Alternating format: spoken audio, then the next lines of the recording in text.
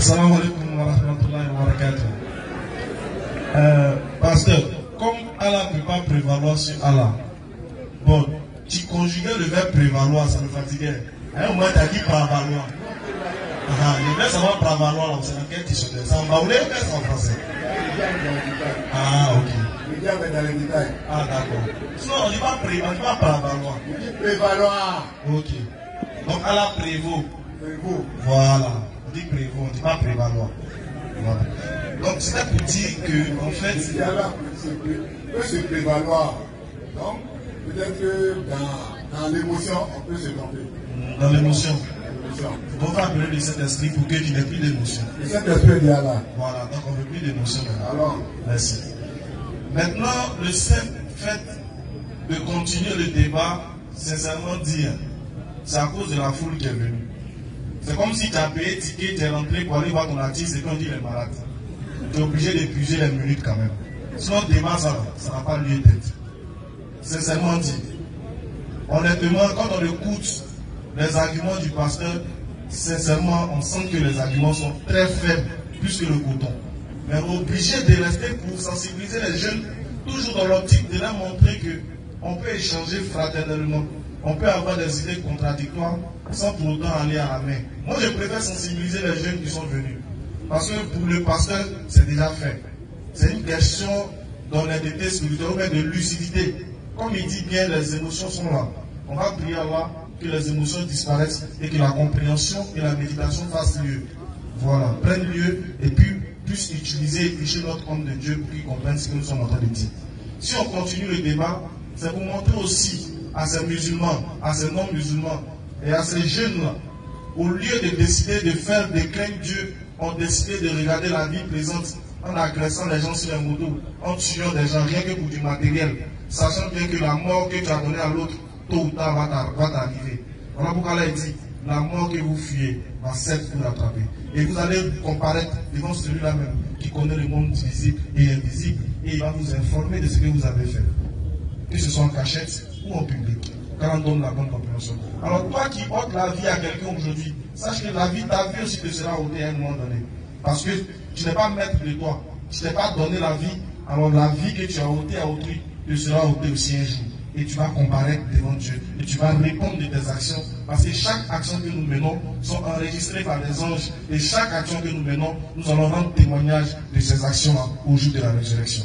Alors, pour dire ceci, nous, en tant que jeunes, qui avons décidé de faire la dawa, quand on parle de la Bible et du Coran, on est toujours en train de vous montrer qu'il y a une chose qui a été révélée à un prophète. On appelle ça le Coran. Allah dit dans le Coran, j'ai révélé la Torah à Moïse, j'ai révélé l'évangile à Jésus et j'ai révélé le Coran à Muhammad sallallahu alayhi wa sallam. Voilà pourquoi Allah dit, c'est sur la base de la Torah, Sourate 5 que vous avez lu, pasteur. Commencez à partir du verset 40 jusqu'à 48. Nous allons voir. Allah dit, il a donné la Torah à Moïse et que c'est sur la base de la Torah que les rabbins et les juifs devaient traiter les histoires des enfants d'Israël. C'est sur cette base-là qu'ils devaient aller juger. Et il dit, après ça, il a envoyé Jésus avec l'évangile. C'est sur la base de l'évangile que les gens de l'évangile devaient juger les affaires des juifs ainsi que les principaux sacrificateurs qui étaient avec eux. C'est lui qui dit, au temps de Jésus, on ne pouvait pas invoquer la Torah parce que Jésus était venu avec un livre qu'on appelait l'évangile. Mais Allah il continue pour dire, et après Jésus, nous t'avons envoyé toi, Muhammad, sallallahu alayhi wa sallam, et nous t'avons révélé le Coran qui prévaut sur les livres qui sont antérieurs. C'est-à-dire, quand le Coran vient, la législation divine et universelle qui a été donnée, tout être humain doit se vouer, doit se soumettre à la révélation qu'il a reçue que le Coran. Parce que chaque livre, en son temps précis, est important. Mais lorsque le temps passe et que Dieu amène un autre prophète, le prophète que Dieu amène prévaut sur celui qui est passé. Voilà pourquoi, comme Jésus est passé et que le prophète Mohammed est venu, le Coran va prévaloir forcément sur la Torah et l'évangile. Voilà comment on comprend Sourate 5, verset 44. Voilà. Maintenant, c'est simple. On vous a posé une simple question. Si vous nous dites, Dieu a révélé la Bible à quel prophète, c'est en ce moment on pourra discuter, on pourra comparer la Bible au Coran. Parce que vous-même vous avez dit, la Bible, il y a les récits des prophètes dedans. Il y a les récits des historiens. Les historiens, là, vous connaissez les noms? Vous ne les connaissez pas.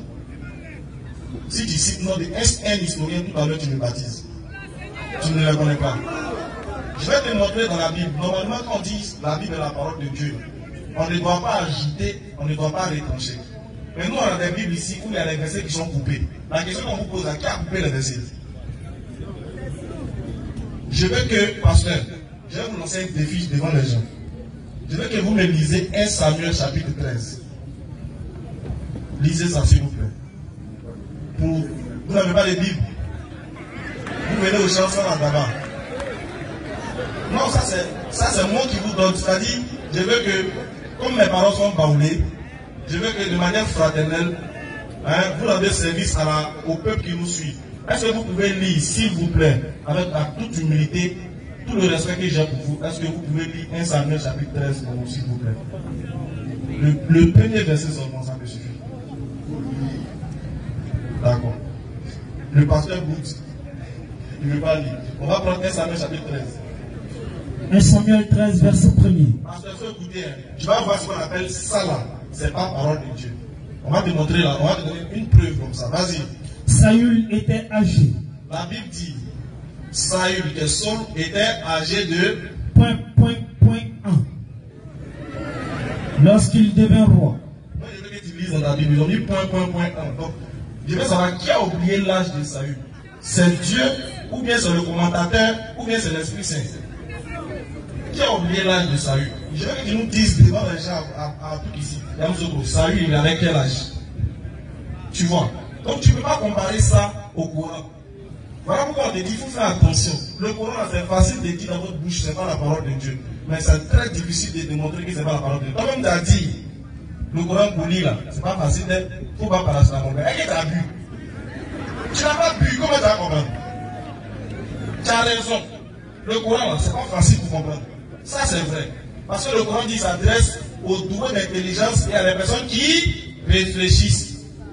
Donc, si tu n'as pas ça, tu ne peux pas comprendre. C'est la première base du Coran. Alors, il dit qu'il s'adresse aux doués d'intelligence et aux gens qui réfléchissent. Si toi-même tu sais que tu ne remplis pas ces deux critères, il ne faut pas aller là-bas. Mais tu ne vas pas comprendre.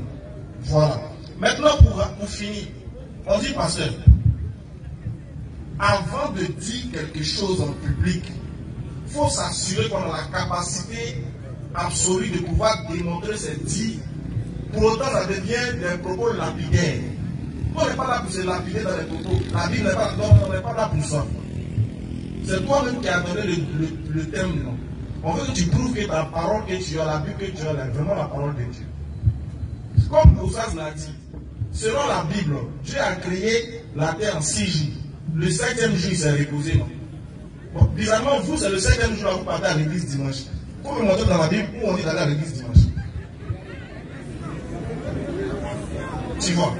Et puis les deux, vous-même dans votre propre Bible, toi tu as parlé d'Abraham. Alors que chez vous les chrétiens, Abraham a commis l'adultère en couchant avec Agar sa servante. Chez vous les chrétiens, tous les prophètes ont péché. Noé même là, on dit qu'il a bu du vin, ses enfants ont bu sa nudité. L'autre a bu du vin pour coucher sa fille. On dit Salomon, il a eu 1000 femmes. Ces 1000 femmes l'ont conduit à aller adorer des idoles jusqu'à il est mort mécréant. La Bible dit que David il a versé le sang tellement qu'il allait convoiter encore la femme de son lieutenant de garde. On va dire son chef de guerre. Mais le seul qui n'a pas péché, c'est qui? C'est Jésus selon vous. Mais quand toi-même tu arrêtes ce qu'il dit, on va parler d'Abraham, sachant bien que toi tu penses que Abraham a commis l'adultère. Tu veux que les anges te chicotent, mais tu veux que qu'est-ce qui se passe? Maintenant tu veux comparer ça au Coran alors que Allah dit que Abraham est l'ami intime d'Allah, le père de l'unicité et le père de la foi. Comment toi dans ton livre on dit que le père de la foi n'a pas eu foi, mais il allait commettre l'adultère à défaut d'avoir la foi? Tu acceptes ça. Maintenant tu veux venir comparer au Coran qui vient laver tous les prophètes qui disent qu'un prophète ne peut pas commettre le péché parce que c'est lui qui ordonne de la part de Dieu à ce que vous vous soumettez à la loi. Lui ne peut pas désobéir à la loi. Tu veux comparer ça au Coran? Vraiment, merci beaucoup. On attend encore la deuxième partie pour fatiguer nos têtes et puis on va venir corriger encore ce que tu as gagné. On donne la provocation. Merci beaucoup.